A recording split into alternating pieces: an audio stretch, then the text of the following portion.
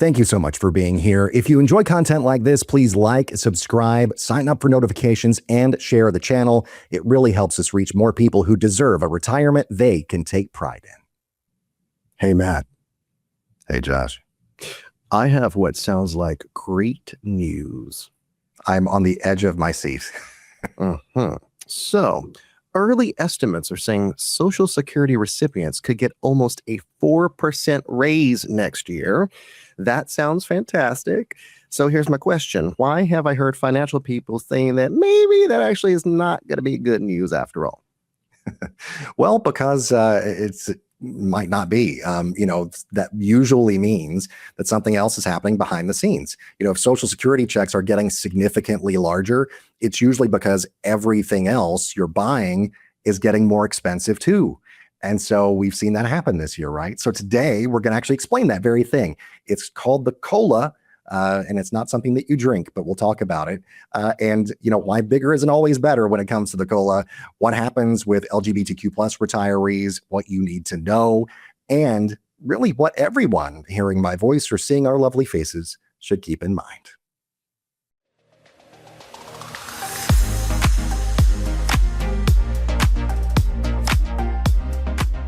Well, hello there once again. Welcome to another edition of Take Pride in Retirement. Matt McClure here with you, your host, your advisor, your friend, your pal, and your confidant. And I am Josh Rednoble, the attaché to the advisor, aka co-host, aka Matt's husband. Yes, he is indeed all of those things, wears many hats, and I appreciate him joining me on the show. And we appreciate you joining us on the show as well. As today we talk about the projected Social Security cost of living adjustment, or COLA, for 2027, why the headlines don't tell you the whole story, and how to make sure inflation does not derail your retirement, because it certainly can. First things first, though, I want to encourage you, if you are watching or listening, to like and subscribe. Yes, the beautiful dulcet tones of Mr. Josh Rednoble, everybody. Please do that, though. It really does help the algorithm, helps us spread the word, helps you help us, and so we can continue to help you. So that would be good. If you get anything out of these videos and out of these shows, episodes, podcast episodes, really would appreciate you helping us spread the word. Leave a comment, leave a nice review. Really would appreciate that. I always say, if you love us, tell your friends. If you don't love us, tell your enemies. Whatever you need to do to keep spreading the word about Take Pride in Retirement. Love to do that. Love to see those numbers continue to go up. And also, I would also like to say to you, you can reach out if anything that we talk about on the show today sort of piques your interest, makes your ears perk up a little bit, and say, wait, I've got a question about that, or maybe my situation might be a little bit different than what they're talking about. Feel free, reach out. TakePrideInRetirement.com is the website. You can schedule a free consultation there. And of course, it's free of any cost. As I just said, it's also free of any obligation. You're free to take the information I give you and go do whatever you want with it. So that is that. And that is our housekeeping for the day. Mm-hmm. All right. So first things first. Now, what are people talking about? Now, here's the thing. So this happens once a year. Every fall, Social Security announces a cost of living adjustment, or that if you are into acronyms at all, COLA. That's COLA, as we call it in the biz. And so it's designed to help benefits keep pace with inflation. Here's the thing. Some years we get a zero cost of living adjustment if inflation's been super low, right? Or if there's been deflation, if inflation has gone the other way.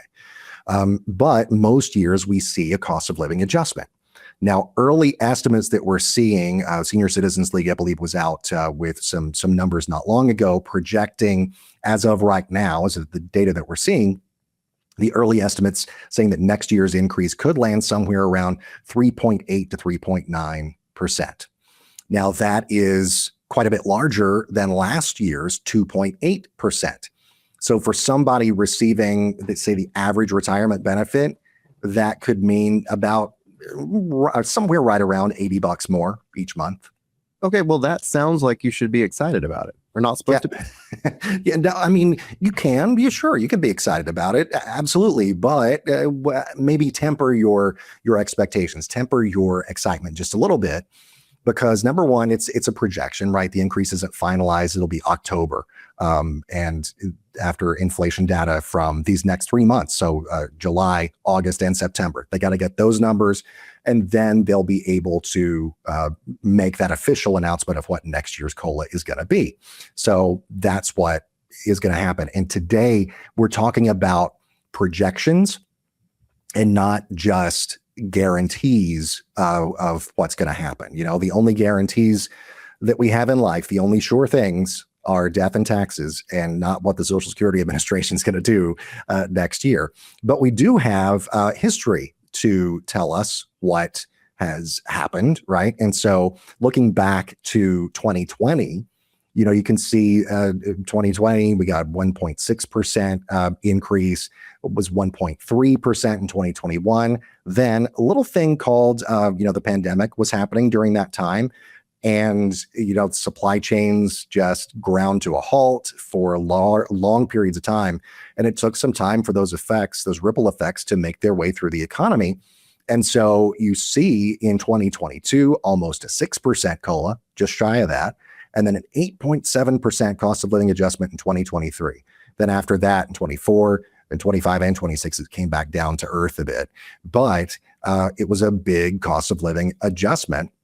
And that increases the benefit amount, right? If you are already collecting benefits. After 62, the COLA actually adjusts your primary insurance amount. That is the number that you would be eligible for based on your earnings record at your full retirement age every month. It's your primary insurance amount. It's just the fancy sort of government word for it, or term for it, your PIA there. And, the percentages have moved around. It's been kind of like a little bit of a roller coaster here these past several years. The increase has been really small some years. Other years, we've seen bigger jumps.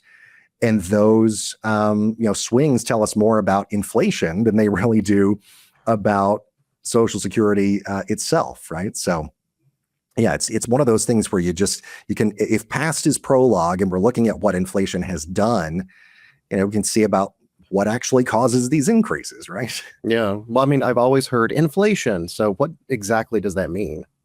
Inflation. Mm-hmm. It's a 3-syllable word and ends in shun. So we gotta sing our little tune there. But the sort of, I guess, bottom line way, or the easy way to understand this, is it's based on a certain measure of inflation. And this is sort of where a little bit of controversy, that may be a little generous, but a little bit of controversy comes in about how this COLA is calculated, because it's based on the CPI-W, and W stands for, without going into the weeds, workers, essentially.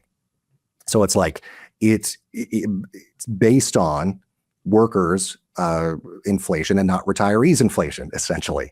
And so they use the July, August, and September measurements that so far, this year, they've got to take those into account. And then they'll make the announcement in October. The January time period is when that's going to be implemented, right, in 2027. And so it's based on how much costs go up, essentially. So they take that CPI-W, which measures inflation for workers, and then they say, okay, that's that number. And, in October, they'll make that announcement about how big the raise and the increase is going to be for next year. So think of it this way. If prices rise, Social Security tries to help benefits keep up with that. It's not giving retirees a bonus, like you're not getting a bonus check or anything like that, but it's trying to prevent them from falling behind, essentially. Right. So the goal isn't about making retirees richer. It's just trying to keep them even. Right. And that, Social Security has, for all of its critics out there, for all of its flaws and things, which, there are some real flaws in any system, but it has, stayed true to that. If you go back and look at quotes from FDR when Social Security was first implemented, Social Security is not meant to get anybody rich. It ain't nobody getting rich off Social Security. You look at the benefit amounts, nobody's getting rich off Social Security. What they are doing is it's keeping them out of poverty. That's the goal. And so this is another way to try and do that, because if you didn't have the cost of living adjustment built in automatically, you'd probably be in the poorhouse pretty quickly. And that's a big, big difference between getting rich and just keeping up. Yeah, and I think a lot of people get confused because they think, if I'm getting a bigger paycheck, then why isn't this great news? Yeah, you usually earned the increase the hard way, I guess is the way to say that, because your grocery bills have gone up, your electric bills have gone up, your insurance premiums, healthcare, prescription drugs, home maintenance. You're receiving more money. And yeah, on the surface, that's great news, but you're spending more money at the same time. And that is the reason. It's this weird circle that is just maybe not a fun ride for you. But, imagine, let's say your employer gives you a 5% raise, but everything you buy suddenly goes up in cost by 6%. Technically, you're making more money, but it's really not good news because you're losing your purchasing power. That dollar doesn't go as far as it used to. And that's exactly what a lot of retirees experience. So, the goal isn't just chasing bigger colas. The goal is needing them less because your retirement plan can absorb that inflation.